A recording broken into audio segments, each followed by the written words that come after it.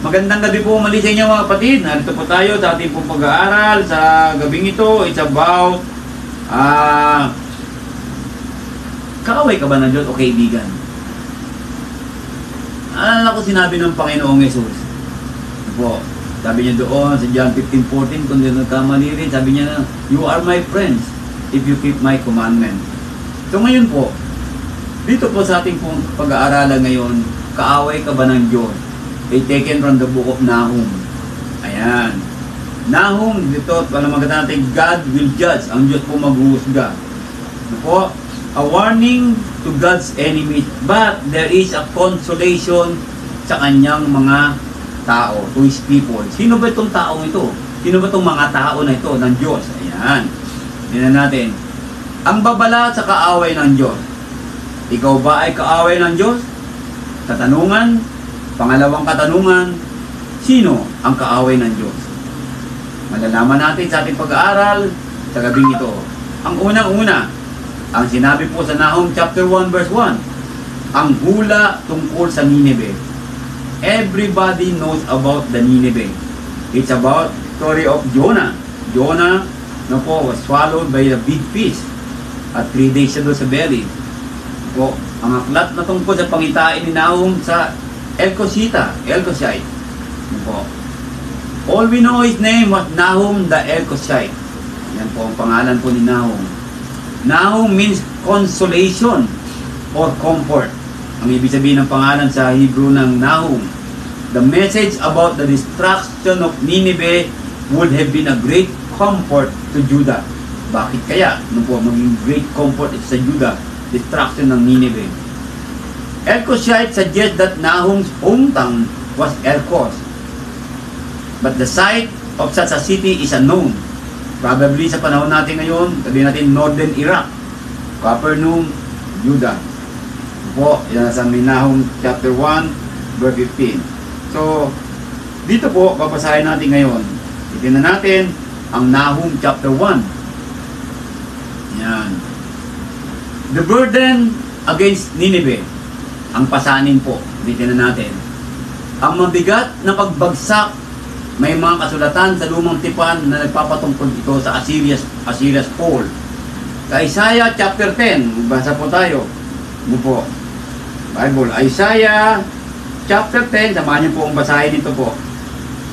Yan sa ating Bible, Isaiah chapter 10, verse 12 up to 19. Basahin po natin. Kaya mangyayari na pagka naisagawa ng Panginoon ang buo niyang gawain sa bundok ng Sion, sa Jerusalem, aking parurusahan ang kagagawan ng mapagmalaking loob na hari ng Assyria at ang kaluwalhatian ng kanyang mga mapagmataas na tingin. Sapagkat kanyang sinabi, aking ginawa ito sa kalakasan ng aking kamay at sa aking karunungan, sapagkat ako'y mabait at ang aking binago ang mga hangganan ng mga tao at ninakaw ko ang kanilang mga kayamanan at parang matapang na lalaki na ibinaba ko silang nangakaupo sa mga luklukan at nasumpungan ng aking kamay na parang pugad ang mga kayamanan ng mga tao at ako'y namulot sa buong lupa na parang namumulot ng mga itlog na napabayaan at walang magkilot ng pakpak o magbuka ng bibig o sumiyak. Magmamapuri ba ang palakol laban sa napuputol niyaon? Nakapagmamalaki ba ang lagay laban sa humahawak niyaon? Gaya ng kung pamalo ay makapagpapanginig sa kanila sa nagtataas niyaon. O gaya ng kung ang tungkod ay nagtataas ng tao, hindi kahoy. Kaya't yayatin ng Panginoon ng mga hukbo ang kanyang mga mataba at sa ilalim ng kanyang kaluwalhatian ay magkakaroon ng pagdiningat na gaya ng ningat na apoy. Yan po, titingnan natin. So, bugsak ang Assyria, titingnan natin na binabanggit. Diyan sa mga pasanin ng dahil sa Nineveh. Nineveh is first mentioned in the Bible in Genesis chapter 10 verse 11 and 12. Unang-una na mention po ang lugar na Ninive. Tingnan natin. Sa Genesis po, chapter 10, 11 and 12. Verse 11 and 12.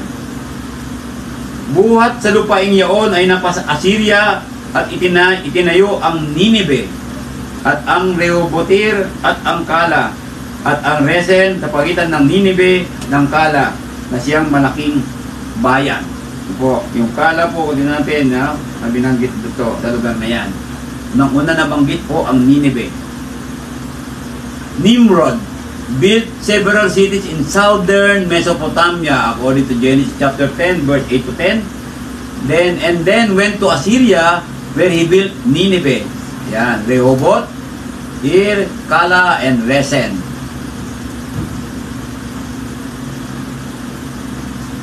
In Nahum chapter 1 verse 2, ang sabi dito, God is jealous and the Lord avenge. The Lord avenge and is furious. The Lord will take vengeance on his adversary and he reserved wrath for his enemy. Jonah preached to Nineveh during the reign of Ashur-dan III, year 772 to 754 BC. Yan po. Si Jonah, alam niyo yung story niyan.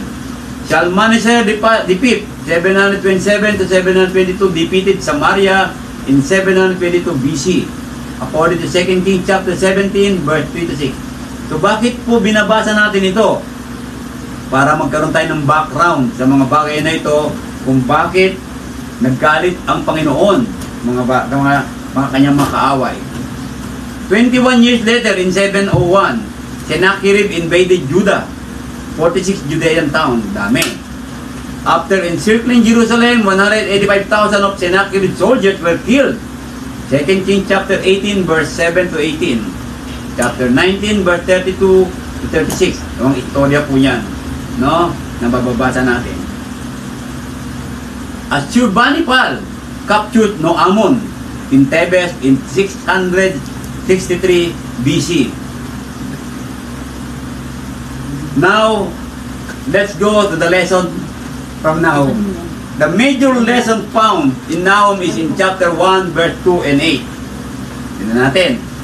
Po, basahin natin. Ang Panginoon ay mapanibughuing Diyos at nanghihiganti.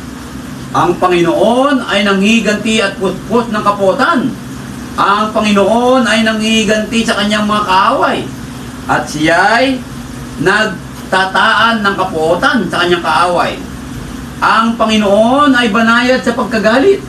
Pansinin niyo mabuti ha. Pagdating ng verse 3, ang Panginoon ay banayad sa kapagkagalit at dakila sa kapangyarihan. At sa anumang paraan na hindi aariing walang sala ang sala rin. Ang daan ng Panginoon ay sa ipo-ipo at sa bagyo. At ang mga ulap ang siyang alabok ng kanyang mga paa. Yan po na binabanggit. See? Kanyang sinasaway ang dagat at tinutuyo ang lahat ng ilog. Ang Basan ay nanlalata at ang Carmelo at ang bulaklak ng Libano ay nalalanta. Ang mga bundok ay nanginginig dahil sa kanya at ang mga burol ay namatutunaw at ang lupa'y lumilindol sa kanyang harapan.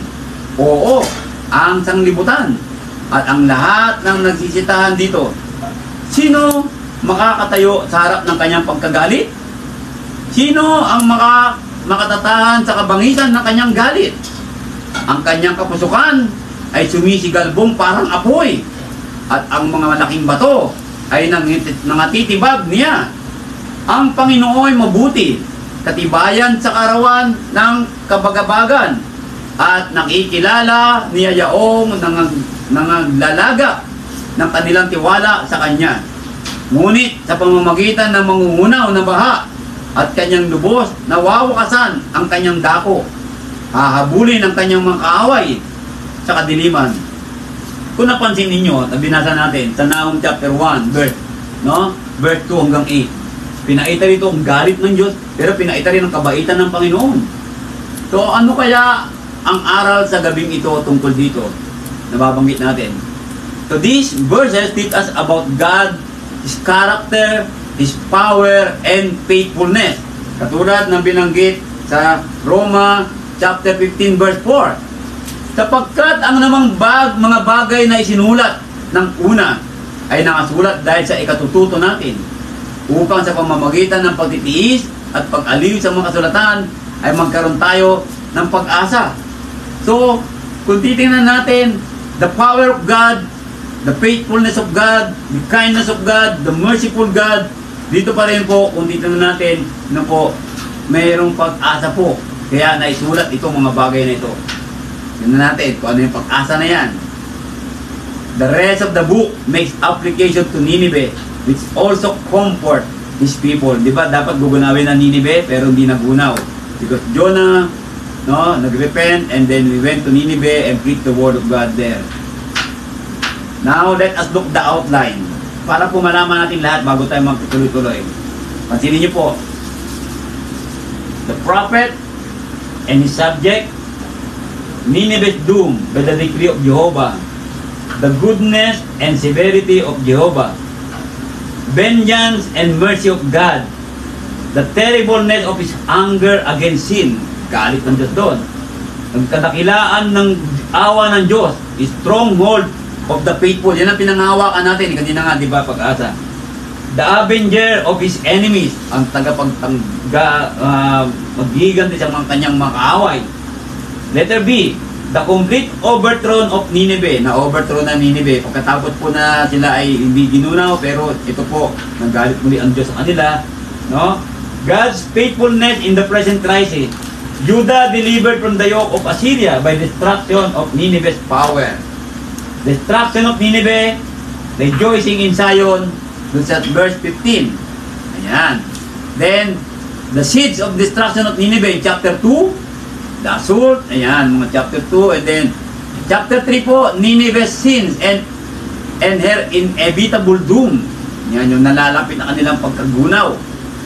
Po. And then, tingnan natin, nabasa natin kanina to, no? Tayo natin ulit, nabasa natin kanina yan, verse 8. Ulit ko lang po para ulit-ulit natin. Ngayon, tingnan natin mabuti. Mga kapatid dyan po kayo, makinig po tayo mabuti. No po, titignan natin ngayon sa gabing ito po, ayan.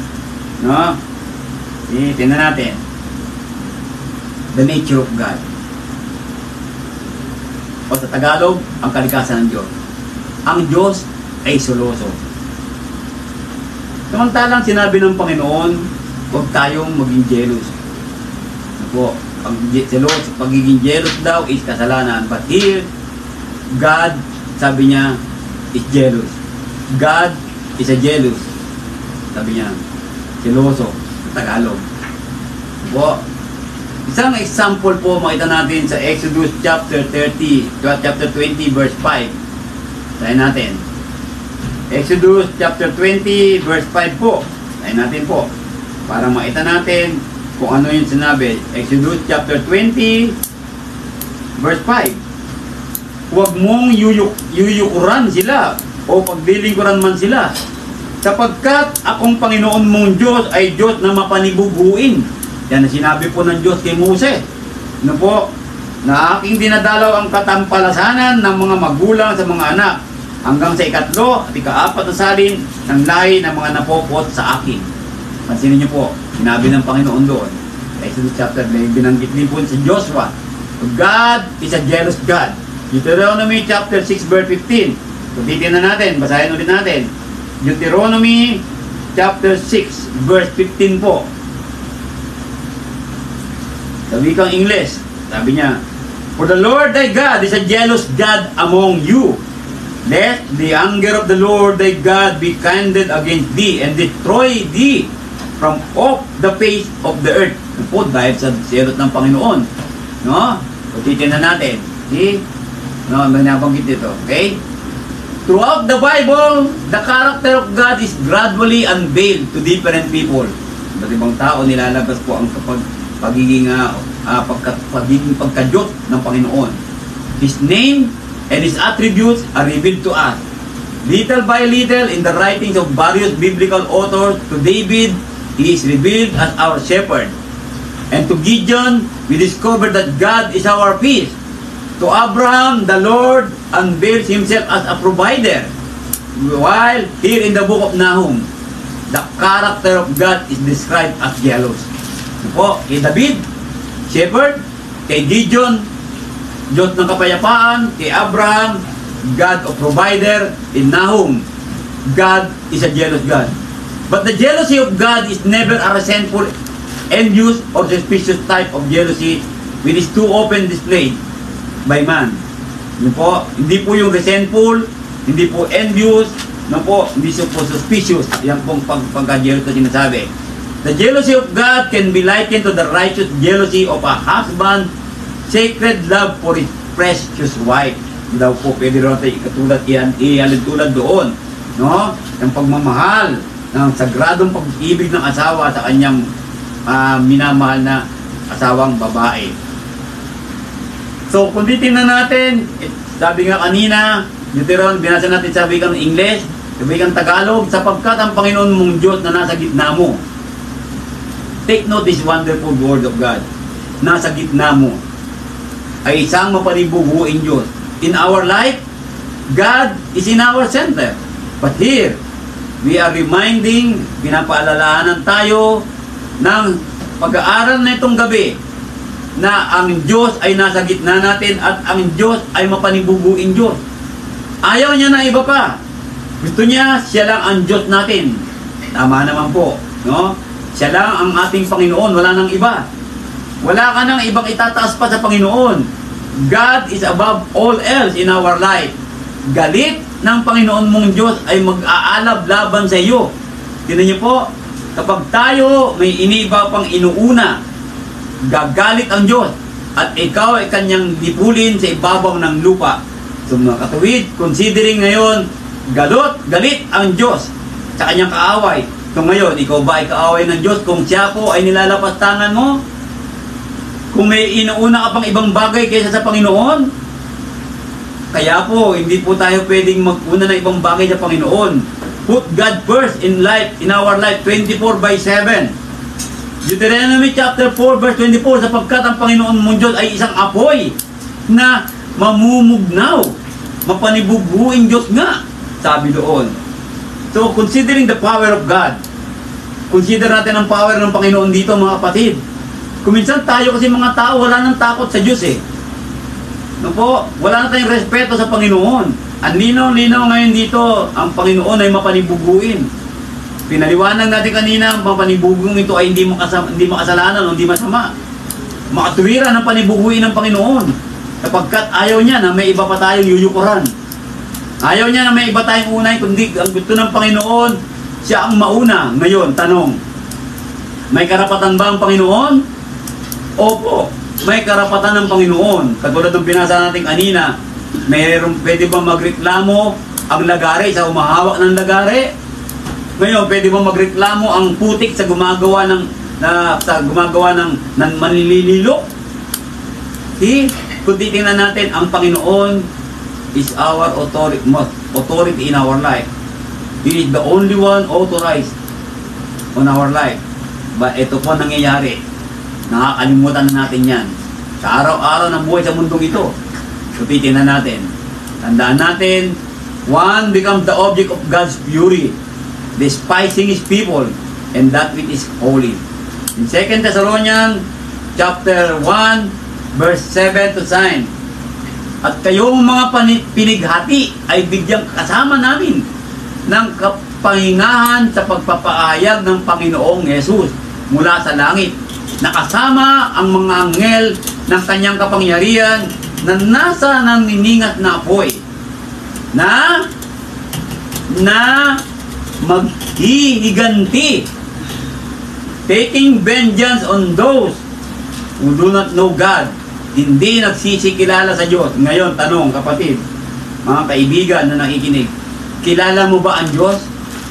Kung kilala natin ang Diyos, alam natin ang kapangyarihan ng Diyos na parang apoy na namumugnaw. Alam natin ang Diyos ay isang mapanibubuing Diyos. Alam natin dapat wala na tayong iba pang pinaglilingkuran kundi ang Diyos, lalong-lalo tuwing unang araw ng isang linggo, paglinggo.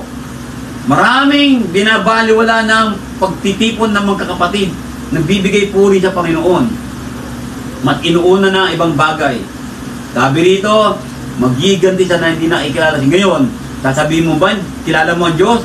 If we know God, if we know Him, then we will strive our very best to serve God the Lord. Not to serve ourselves. No, not to justify all our mistake or our sin that na ginagawa natin sa mundong ito. At sa kanila na hindi nagsisitalima sa Ebanghelyo. Those who did not obey the gospel, Jesus Christ. What is the gospel of Christ? Jesus died for you. Jesus was resurrected for you. Diba? He was buried for you. He was resurrected for you. Meaning to say, we must have Jesus in our life.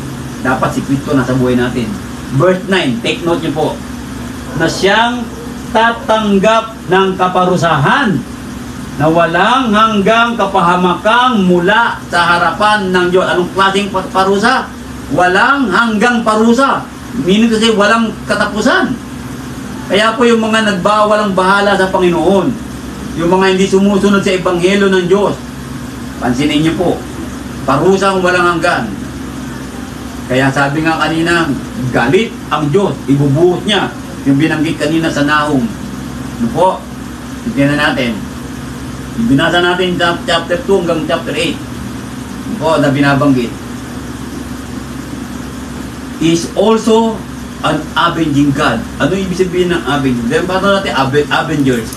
Bakit ba pinangalan ng Avengers? Tagapaghiganti ng mga naaapi. Tama po, di ba? Ngayon po, ang Panginoon Diyos ay maghiganti. Ang tagapaghiganti ng Diyos. Deuteronomy chapter 32, verse 35. Ang paghiganti ay akin. Vengeance is mine. Pero teka, bakit may tayong maghiganti? Ano po? Kapwa-kapatid, pinaghigantihan. Kapwa-kapatid, pinagseselosan. Kumundan ng kapatid, mainggit sa kapatid. See? At gayon din ang gantimpala. Sa panahon na madudulas ang kanilang mga paa, kapagkat ang araw ng kanilang pagdadalita ay nalalapit, at ang mga bagay na darating sa kanila ay mga mamadali. Ayan. Tingnan niyo po, darating po ang paghiganti ng Diyos. At mabilis ang pagdating. Tandaan po niyan, pangako ng Panginoon sa atin. Kaya po, dapat naunawaan natin to. It is mine to avenge. We don't have right to avenge. Only God. Maghiganti ako. Hindi ka sa akin, ha? No. Just pray for our enemy. And the Lord will avenge us. If we continue to become faithful. Kung hindi tayo kaaway ng Diyos, siya maghiganti sa atin. Pero paano kayo paghiganti ng Diyos? Ikaaway ka rin niya mismo. Di ba? If we are a friend of God, then the Lord, siyang maghiganti para sa atin. I will take vengeance on my adversary and repay those who hate me. Di ba? Kung titignan mo po, sabi ng Panginoon Diyos. Kaya dapat po, kaibigan tayo ng Panginoon, mga kapatid, para po ipaghiganti niya tayo. Ayan. Na binabanggit. Pero din naman natin pinagpipray na ipaghiganti kagad. Dahil ang Diyos ang bahala. God knows everything. Ano po? Tinan niyo po sinabi sa awit, O Panginoon, ikaw na Diyos na kinauukulan ng paghiganti. Ang ganda ng pagkabitaw ni David. No? Kinauukulan ng paghiganti. Ang sabi, ang Diyos ang kinauukulan. Ikaw na Diyos ang kinauukulan ng paghiganti. Sumilang ka. Hindi po. Ang ganda ng pagkasabi. No? Kinauukulan. Ibig sabihin, sa Diyos lamang. Sa Diyos lamang ang paghiganti. Tanging ang Diyos lamang ang may karapatan maghiganti. Yan ang ating lesson. No po? See? Ngayon, ang Diyos ay magpaghiganti na Diyos. Ang paghiganti ng Diyos ay isang pagpaparusa ng ayon sa kanyang mga kautusan. Yun po ang parusa. Kaya po sabi ko nga, napakahalaga talaga ng Biblia. Ano po? No? The reward is the lamp unto my feet. Nagbibigay liwanag sa ating mga daanan dahil malalaman natin ang parusa ng Panginoon ay ganito. Kaya tayo ay iiwas. And how are we going to escape from the punishment of God? Paano tayo iiwas sa parusa ng Diyos, mga kapatid? Pwede ba natin iwasan ng parusa? Opo. Ang linaw-linaw na binanggit ko nga kanina. Sabi nga ni Kristo sa atin, if you love me, keep my commandment in John 14:15. And in John 15:14, sabi niya, you are my friends kung susundin mo ang aking mga utos. So, may iwasan natin to. That's why Jesus died for us, the gospel. Jesus was buried for us, the gospel. Jesus was resurrected for us, giving us a hope para hindi na tayo maparusahan ng Panginoon. Hindi po, para hindi na po tayo maparusahan ng Diyos. Napaganda po noon na binabanggit sa atin. Kaya po, ating unawain, ang parusa sa Ninive ay nararapat lamang dahil sa kanilang kasamaan sa iba't ibang bansa kasama na ang Israel noong 722 BC. Sobrang sama ng Assyria. Kaya sila ay pinarusahan ng Ninive. Kaya ito ay ginuna, para bang pinarusahan sila ng Panginoon. Lahat. Sobrang masama. Kaya po ngayon po mga kapatid, kung tayo po ay sobrang sama ngayon, gugunawin din tayo ng Panginoon Diyos. Kung tayo rin po ay gumawa ng kasamaan sa iba nating kapwa-tao, ibang bansa, sabi, ngayon sa ating kapwa-tao, tayo rin po ay parurusahan. Kung tayo po ay gumagawa ng kasamaan sa ating kapatiran, tandaan mo, hindi ka makakaligtas. Paparusahan ka ng Panginoon. Akala mo lang yan. Halimbawa, example, kung idinimanda mo yung kapatid, akala mo nanalo ka sa korte? Panalo ka sa korte, sige. Pero sa Panginoon, parurusahan ka ng Diyos. Tandaan mo yan. Di ba? Ang linaw sabi ng Biblia, huwag tayo magsampan ng demanda laban sa kapatid. Pero ginawa mo natin yan, ginawa mo yan, panalo ka sa korte, sa Panginoon, talo ka. Tandaan mo yan. See? Nanalo ka sa isang paglalaban ng isang property ninyo, napaalis mo isang kapatid, panalo ka sa Panginoon Diyos. May parusa ka, talo ka. Hindi po. Akala mo nasira mo yung sa kapatid, hindi. Ang kapatid na sinira mo ay nabuhay at ikaw ang nasira. Ikaw ang kaaway ng Diyos ngayon. The Lord patiently wait to see if an evildoer, yun niyo po will change their mind and look to Him before punishing them. May pagkakataon pa tayong lahat, mga kapatid, kaibigan na nakikinig ngayon, may pagkakataon pa. Dahil God is long patience God, hindi basta-basta nagagalit. Kanina, nabasa natin kanina. No po, na binabanggit doon. Sabi niya, kung titingnan natin, dito po, bago siya magparusa, binibigyan tayo ng pagkakataon. Ayaw niyang isang man mapahamak, maparusahan. Gusto niya magbagong buhay tayo. Kaya po, dapat po habang buhay tayo, magbago tayong lahat. Pagsikapan natin po mga kapatid, na huwag tayong maging kaaway ng Diyos. Malinaw na ang gumagawa ng kasamaan, kasalanan, is kaaway ng Diyos. Gaano kalaking kasamaan? Kahit po maliit na kasamaan, kaaway ka na ng Diyos kapag hindi ka nagbago. That's why we need to change our mind. Do not conform any longer to the pattern of this world, but be transformed, Romans 12, by the renewing of your mind. Alala niyo po yun? However, when the wicked refuse to repent of their evil, ayaw mo magbago? Binigyan ka ng pagkakataon? Na-realize mo na dapat ka magbago pero matigas pa rin ang puso mo?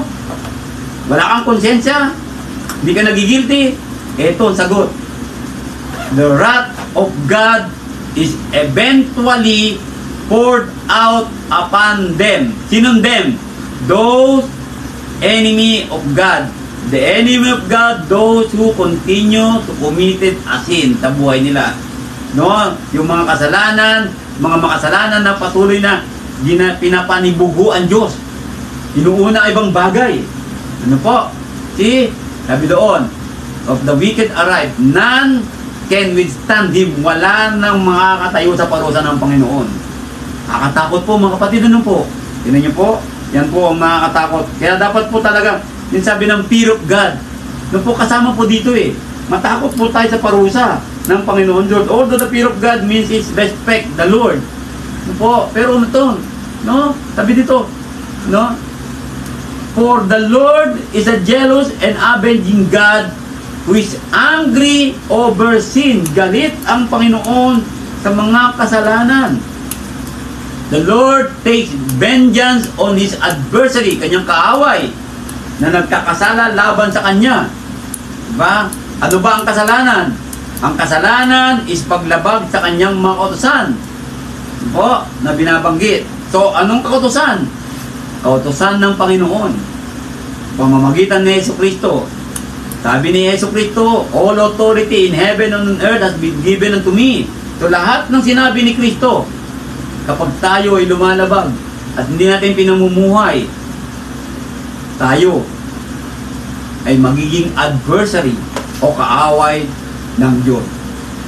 Naka-reserve na po. God told us, reserved in heaven for you. Sa mga faithful, sa mga tapat, nagsisikap, magbagong buhay, nagsisikap na patuloy na nanatiling sumusunod sa salita ng Panginoon Diyos. Pero po, naka-reserve din ang galit, silakbo ng Panginoon Diyos sa kanyang kaaway na nagwalang bahala sa kanyang banal na pangalan. Binabastos ang pangalan ng Diyos. Paano mambabastos sa pangalan ng Panginoon Diyos? Sa hindi mo pagsunod, sa hindi natin pagsunod sa kanyang mga aral. Kaya sabi ng Panginoon, vengeance is mine, I will repay, sabi ng Panginoon Diyos. Ano po? Na binabanggit. Kaya po napakalinaw sa ating pag-aaral, ano po, ang Diyos ay mapaggiganti ng Diyos. Pinagiganti niya ng Diyos ang kanyang mga lingkod na tapat. Kaya sa Romans chapter 12, verse 14 to 21, basahin po natin. Romans chapter 12. Samahan niyo po ako. Nabanggit ko na kanina, Romans 12, 1 and 2. Romans chapter 12, verse 14 to 21. Sabi kang Tagalog po. Pagpalain ninyo ang mga sa inyo'y nagsisiusig. Pagpalain ninyo ang wag ninyong sumpain. Sabi sa wikang English, bless them which persecute you. So, hayaan mo. Pangalan ng bahala ang Diyos sa kanila. Bless them. Ano po? Makigalak kayo sa nangagalak. Makiiyak kayo sa nagsisiiyak. Magkaisa kayo ng pag-iisip. This is a reminder for all of us ngayon, mga kapatid, itong gabing ito. Magkaisa kayo ng pag-iisip. Sama-sama tayo. Anong klaseng pag-iisip po ang pagkakaisa natin? Ang pag-iisip ni Kristo, hindi yung pag-iisip ng galit sa kapatid. Hindi po yun. Hindi yung pag-iisip na, ito paraan natin para tayo mapapaalis. Ito paraan natin para tayo hindi po yun. Ang sinasabi dito, ang pag-iisip ng Panginoong Hesus.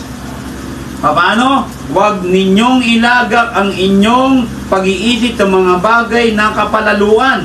Anong kapalaluan?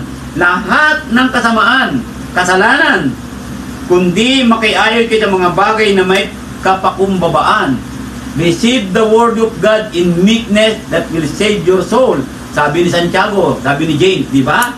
Nalala niyo po na binabanggit. Huwag kayong mga panta sa inyong inyong sariling mga haka. Yun, nagpapakarunong sa sarili mong kaalaman.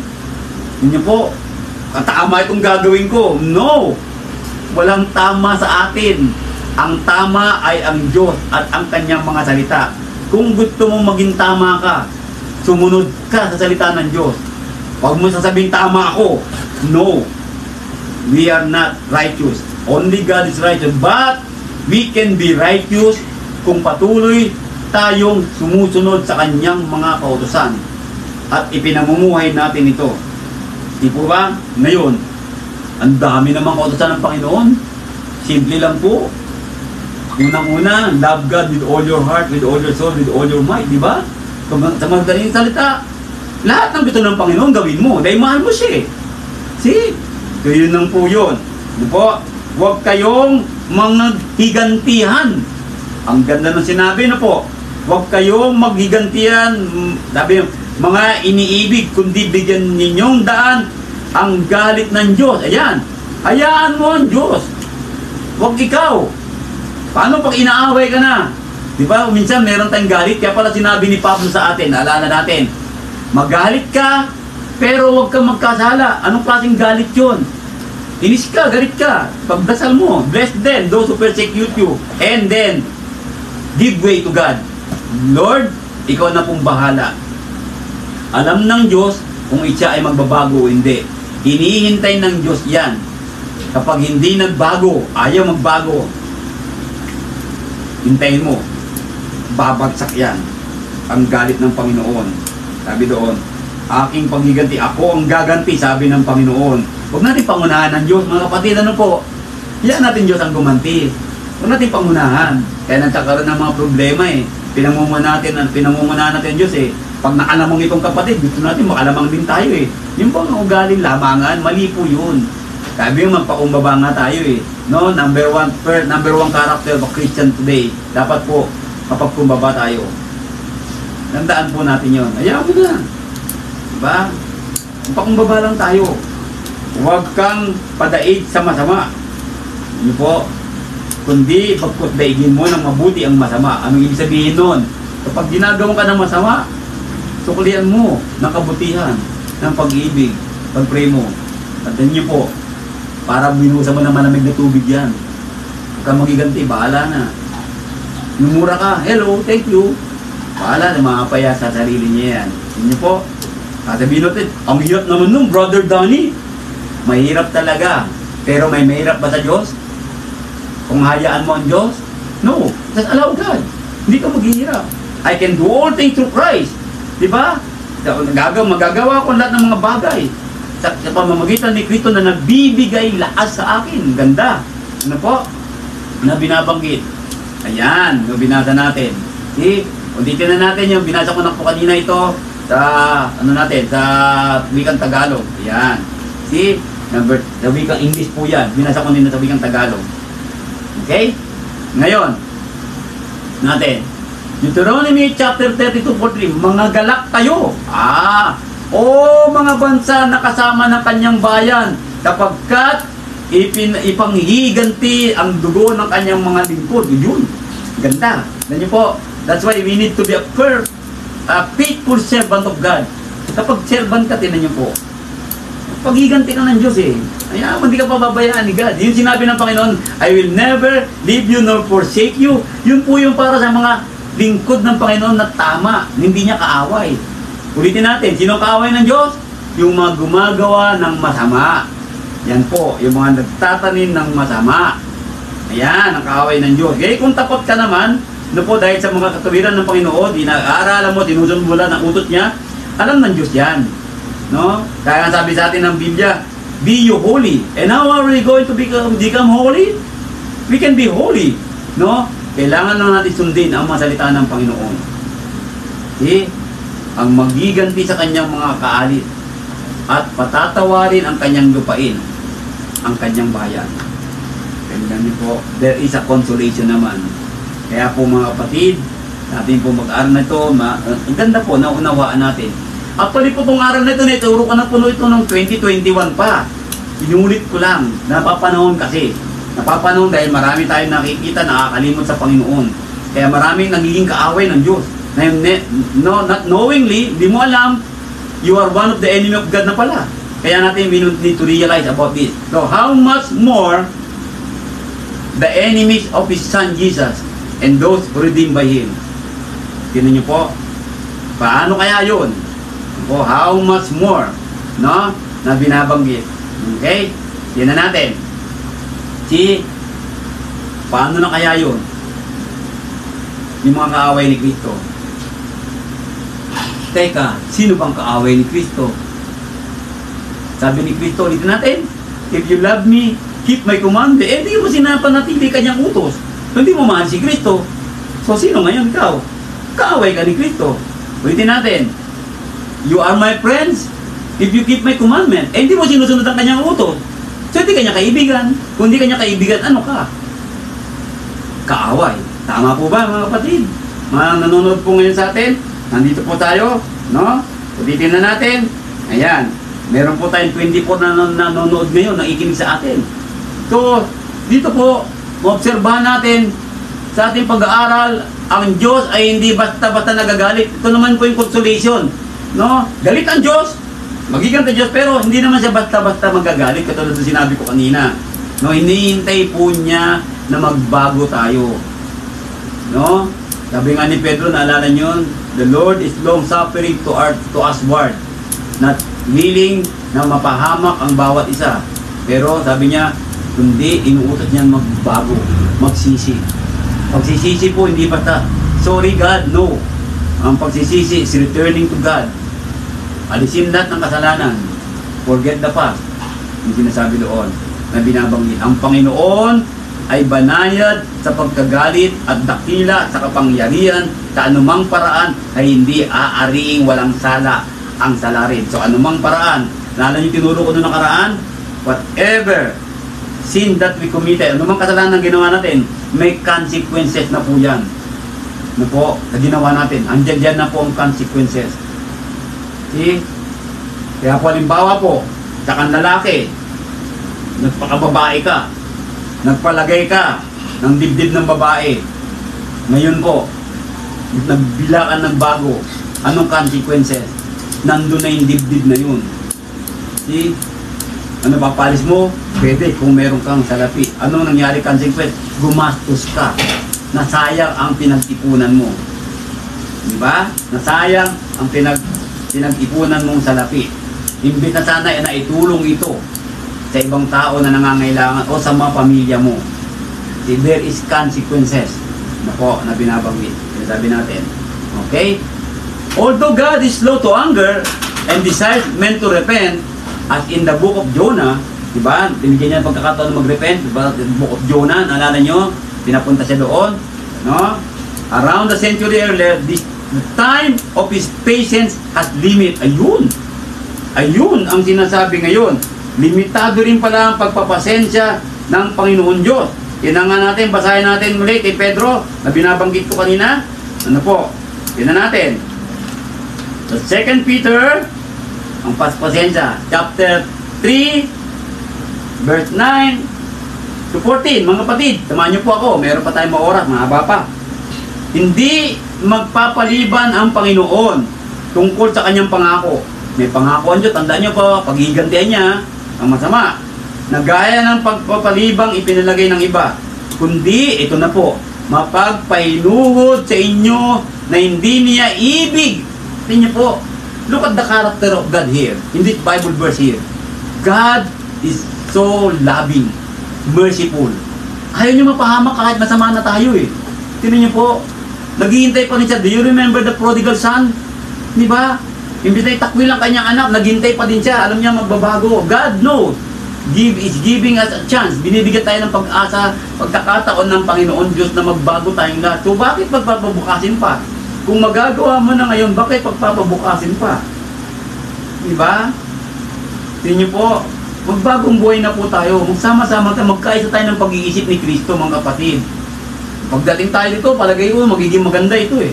Magiging maayos po ang lahat. At marami tayong mahikayat na mga kaluluwa pa. Ano po? Kundi mapagpainul sa inyo na hindi niya ibig na sino man mapahamak, kundi ang lahat ay magsisisi. But that all should come to repentance. In verse 10, ano po? But the day of the Lord, ayan, mga painudan Diyos, pero paano nyo, mga limitado. But the day of the Lord will come as a thief in the night. Alam natin to, naituro na natin to, di ba? Darating po siya para magnanakaw ng gabi. Sino nakakalam na may magnanakaw sa bahay mo ngayon? Wala. Ibig sabihin, ayan, di mo alam kung kailan. No one knows kung kailan. Paano kung mamatay ka na? Na ayaw mo magbago, kaaway ka ng Diyos. Paano kung mamatay ka? Di mo magsak sa iyo parusa kagad ng Diyos? Saan ka pupulutin? Na naglalagablag na. Kaya nga po nagsisikap tayong lahat, mga kapatid. Magsikap tayo, magmahalan tayo, magtulungan tayo. Sama-sama tayo po. Tanggihan ng Diablo. Di ba sabi nga yun, sabi niya, flee, resist the devil, and he will flee from you. Yun po ang kailangan eh. Tanggihan natin ang Diablo.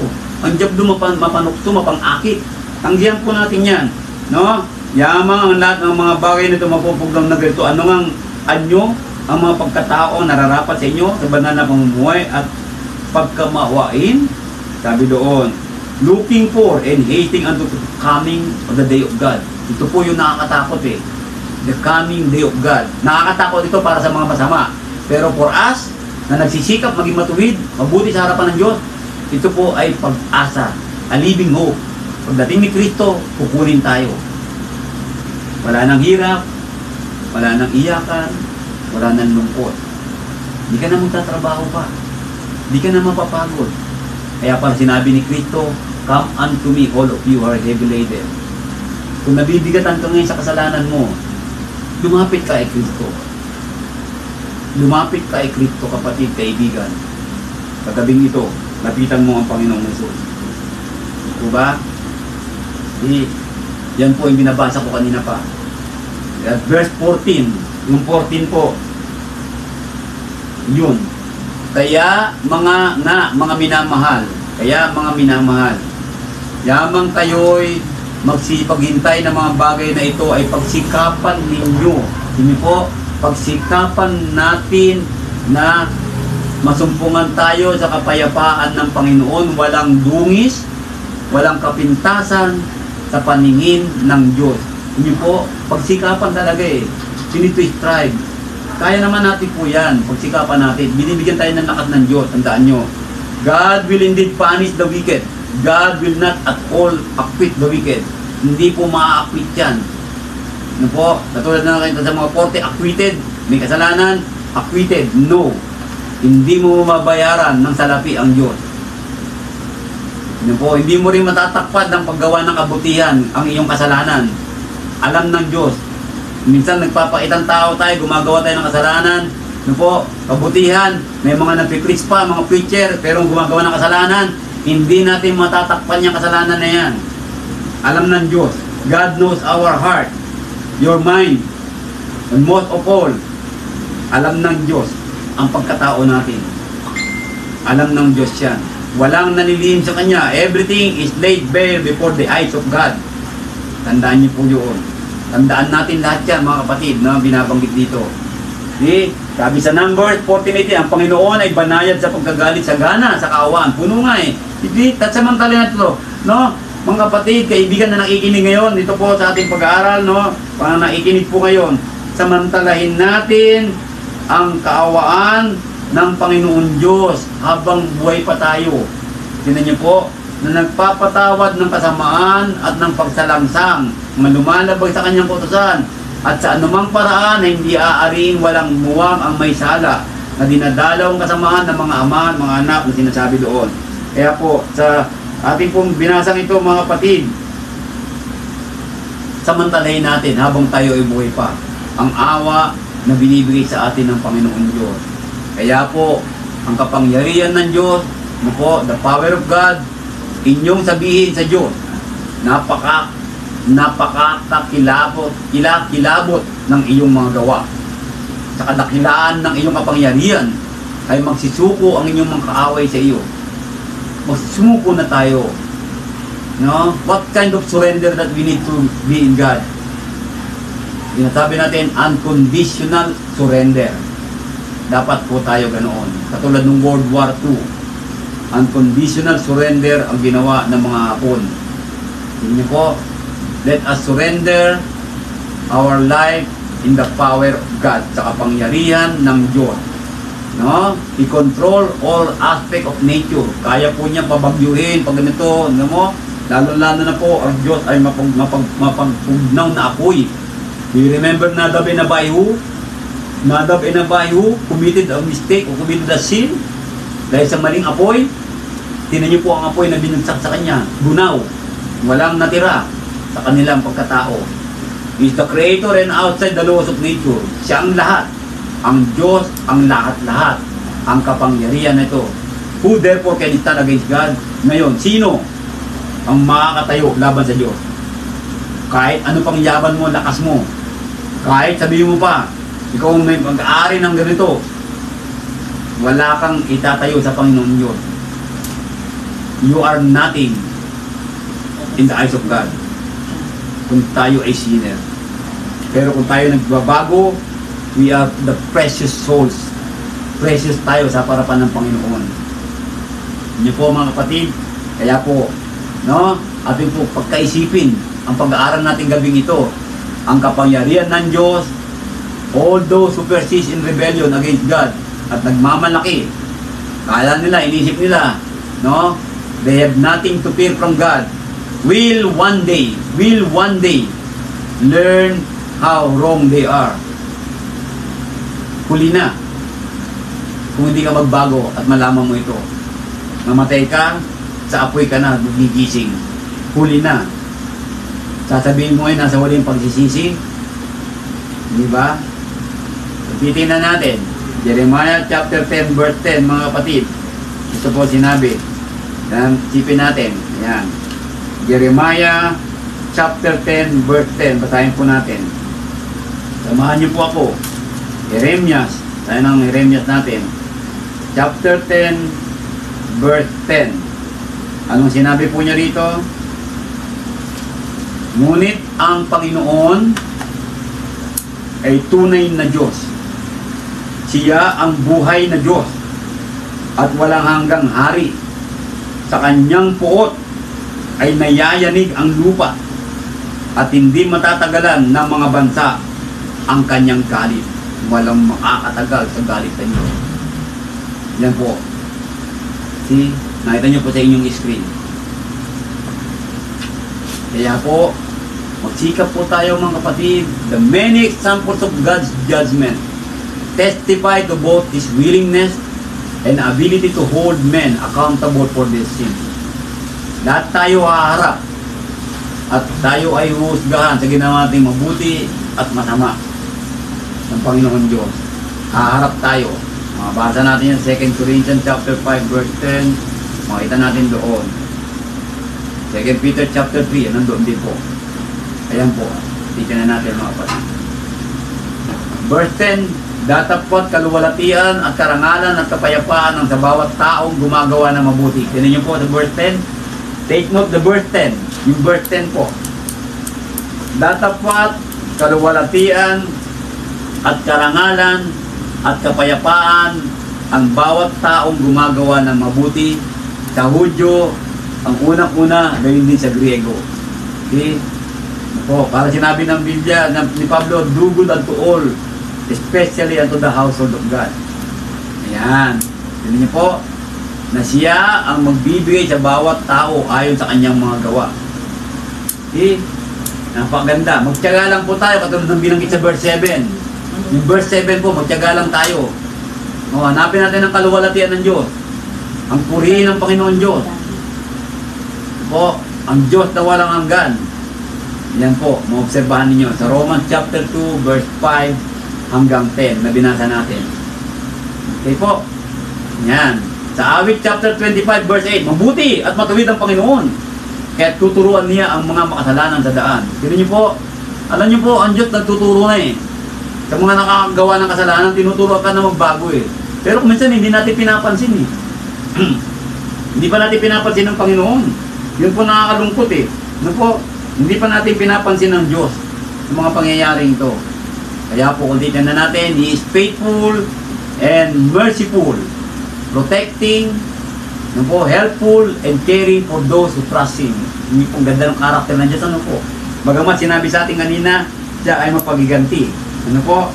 See? Pero kung titignan natin, andyan po. God protect us. God help us. God cares for us. But we need to trust Him. But trusting Him is obeying Him. Do you remember the song? Trust and obey. See? Kung titignan natin, ano po? Ang mga bagay na to. Kaya po, God can and will provide for His people.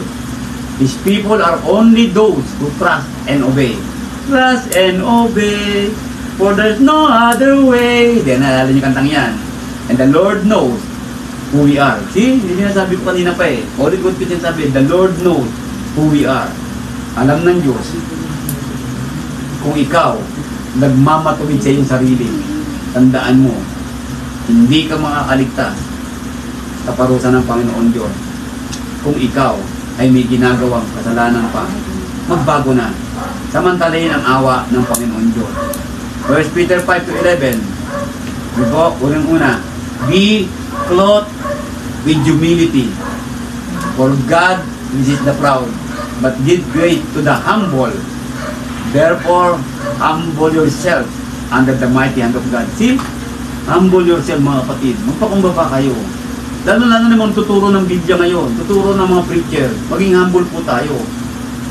Minsan kasi, porking graduate ng ganito, akala natin, may alam lahat, ano po, no? Sabi nga, isipin mo mas mabuti sa iyo ang iba. Sabi ng Panginoon, yun po yung pagpapakumbaba eh. Na verse 8, be sober, be vigilant, because adversary the devil walks about like a roaring lion. Magbantay tayo. Baka madamay ka eh. Yun po, baka maging kaaway ka ng Diyos. Ang diablo, ang kaaway ng Diyos. Ngayon, isa kang sinungaling, sino ang ama mo? Ang diablo. So, kaaway ka na ng Diyos. Diba? Kaya po mga kapatid, huwag kang maging kaaway ng Diyos. Sa araw-araw ng buhay, hindi lang sa gabing ito. Araw-araw ng buhay natin, mga kapatid. Ayan. Ikaw ba ay kaibigan ng Diyos o kaaway? Friend or enemy? Nabasa natin kanina yan. Diba? See? Ayan. Tandaan nyo po. Nahum chapter 1 verse 7. Nahum chapter 1 verse 15. Then Nahum chapter 1 verse 9 to 10. And Nahum chapter 3 verse 19. Ayun. Walang kagamutan sa inyong sakit. Ang iyong sugat ay malubha. Lahat ng makabalita sa iyo ay nasisipakpak ng kamay dahil sa iyo. Sapagkat sinong hindi nadaanan ng inyong kasamaan? Ang sabi ng Panginoon, kaaway. Kaaway ka ba? O kaibigan ngayong gabi ito? Sasabihin natin, ako ay kaibigan ng Diyos. Kung kaibigan ka ng Diyos, unang-una na, ang sinabi kanina, 1 Peter chapter 5 verse 5 to 11. Napakaganda po, paalala sa atin ng verse 5 at verse 6. Then verse 8, magbantay. Huwag nating tayo ay masila ng diablo. Verse 9, tanggihan mo siya. Maging matatag ka sa pananampalataya mo. Ano ibig sabihin nun? Ang pananampalataya mo na sumusunod sa utos ng Diyos. Hindi sa sarili mo, ha? Yun po yun. Verse 10, but may the God of all grace who called to us to His eternal glory by Christ Jesus, after you've suffered a while, dali lang yan. Perfect. Establish, strengthen, and settle you. Wow! Ganda mo! Wonderful word that uplift us. Ako, na-uplift po ako ngayong gabing ito. Dito po sa verse 10. Ganda. Yan niyo po. See? Na binabanggit sa atin. Okay? Ngayon, gagabing ito, mga kapatid, friends of God, katulad ni Abraham. Ayan. See? Enemies of God. Ayan. Mga kaibigan ng mundo, madumi ang isip, nagre-reject kay Kristo, at sa mga, alam nyo, sa mangyayari dyan, going to waiting for live video. Ayun. Meron na? Ano mo mabuti yung cellphone. Okay na? Ayun. Nalobat tayo mga kapatid. Pasensya na po. Tapos naman na tayo. Ayan. Okay? So, ngayon, question. Are you God's friend or enemy? Yeah. I am a friend of God. Let's make issue. Siguraduhin natin yung mga kapatid. So, magandang gabi po sa inyo. Ayan. Salamat po sa inyong pakikinig.